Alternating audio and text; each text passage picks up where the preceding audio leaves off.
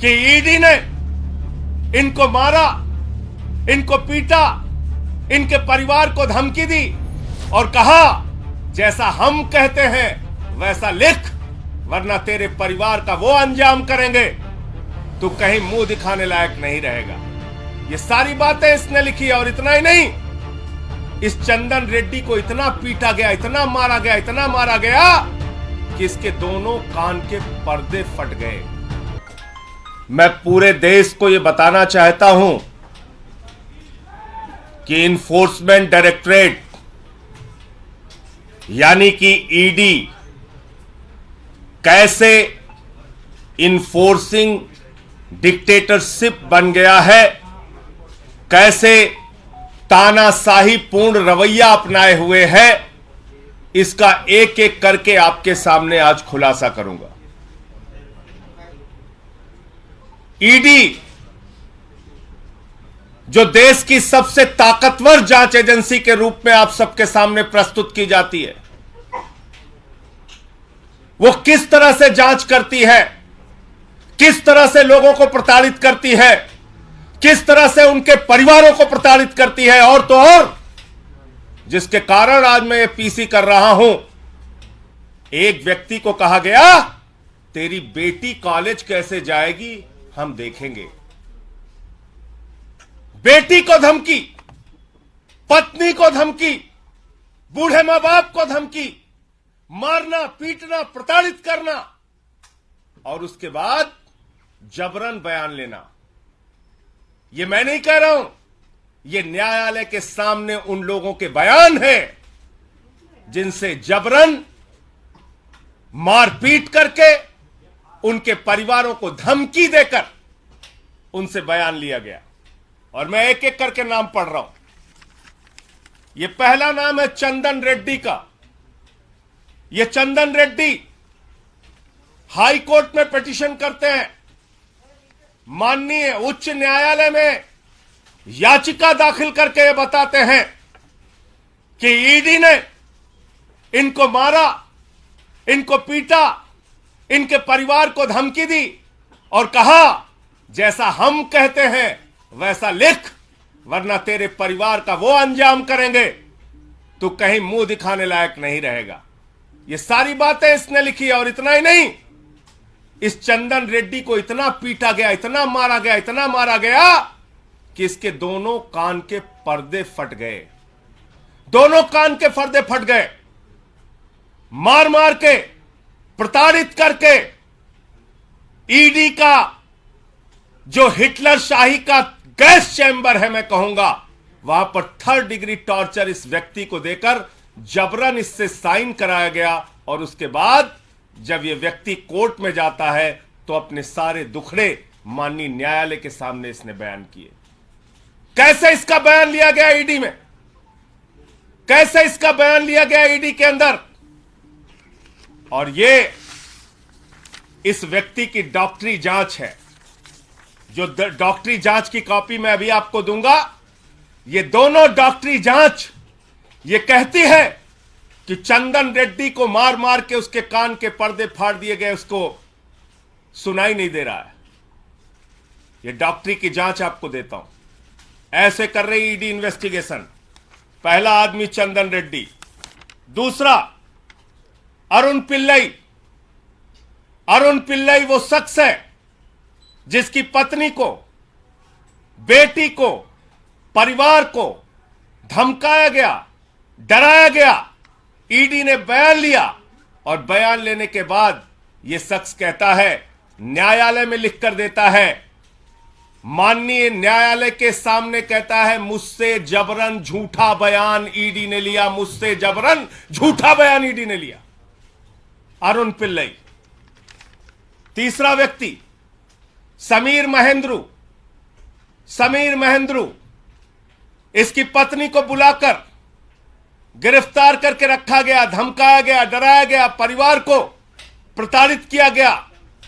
झूठा और जबरन बयान ईडी के द्वारा लिया गया। ईडी ने झूठा और जबरन बयान समीर महेंद्रू से लिया और इसने किसी और के सामने नहीं, माननीय न्यायालय के सामने, माननीय न्यायालय के सामने समीर महेंद्रू ने लिख कर दिया कि जज साहब हमसे तो जबरन झूठा बयान लिया गया, समीर महेंद्रू।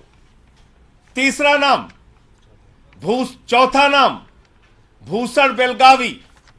भूषण बेलगावी, इस व्यक्ति से भी ईडी ने प्रताड़ित करके झूठा जबरन बयान लिया और इसने किसी और को नहीं, जज साहब को जाके कहा, न्यायाधीश महोदय, माननीय न्यायालय, हमारी रक्षा कीजिए, हमसे ईडी ने झूठा जबरन गलत बयान लिया।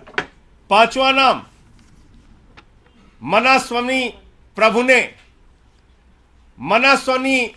प्रभु ने, इससे भी ईडी ने जबरन झूठा जबरदस्ती का बयान लिया और बाद में इसने भी न्यायालय को लिख के दिया, किसी और को नहीं, ध्यान दीजिएगा मेरी बात को, माननीय न्यायालय को लिख कर दिया कि न्यायाधीश महोदय, जज साहब, मुझसे ईडी वालों ने जबरन झूठा जबरदस्ती प्रताड़ित करके बयान लिया।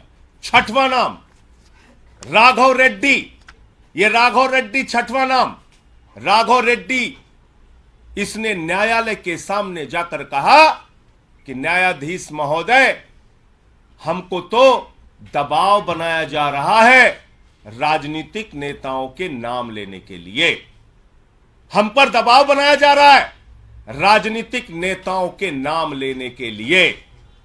मैं पूछना चाहता हूं, किसके इशारे पर ईडी काम कर रही है? किसके दबाव पर ईडी काम कर रही है? किसके डायरेक्शन पर ईडी काम कर रही है? क्योंकि एक बहुत चौंकाने वाली बात इनके हाई कोर्ट के पिटीशन में लिखी हुई है, चंदन रेड्डी के। क्या कह रहे हैं ये? कह रहे साहब, ईडी के अधिकारियों ने तो मारा पीटा, कान के पर्दे फट गए, वहां कुछ ऐसे भी लोग थे जिन्होंने हमको मारा पीटा, जो ईडी के ऑफिशियल्स भी नहीं थे। ऐसे लोग थे जो ईडी के अधिकारी नहीं थे, उन्होंने भी हमारे साथ मारपीट की। कौन से लोग हैं? किस पार्टी के गुंडे ईडी के दफ्तर में जाके लोगों के साथ मारपीट कर रहे हैं?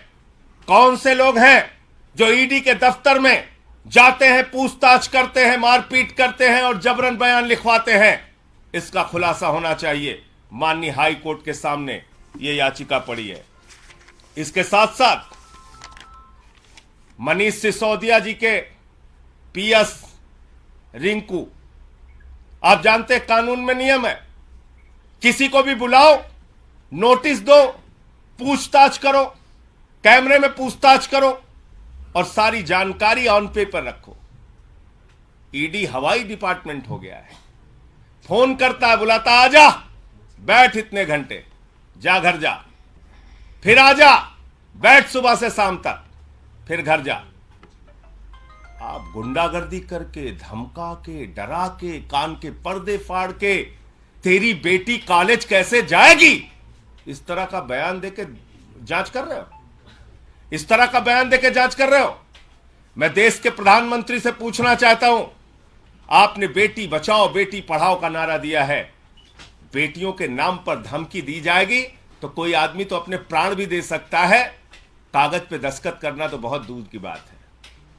लड़ना है तो सामने सामने लड़ो, कायरों की तरह बेटी का, पत्नी का, परिवार का सहारा लेके मत लड़ो, सामने सामने लड़ो।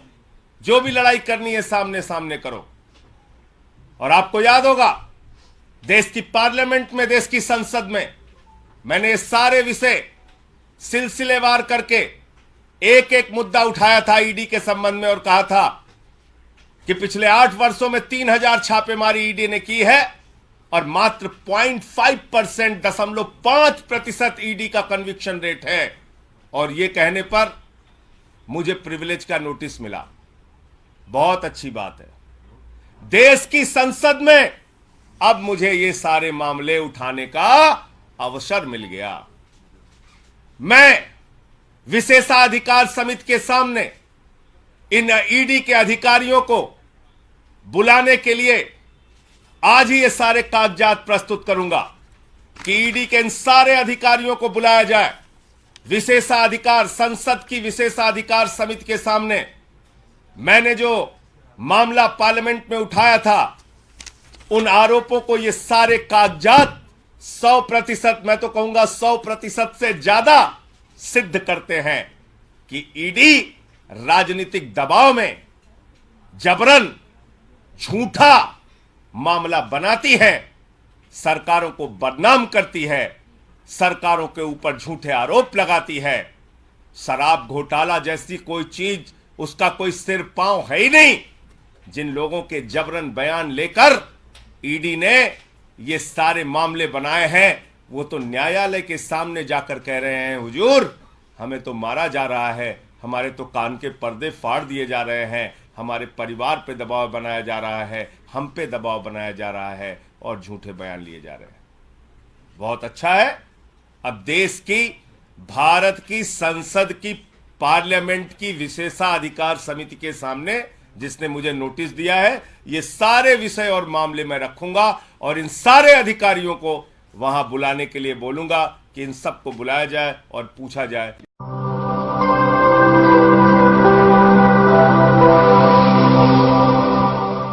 जन ज्वार जनता की मीडिया।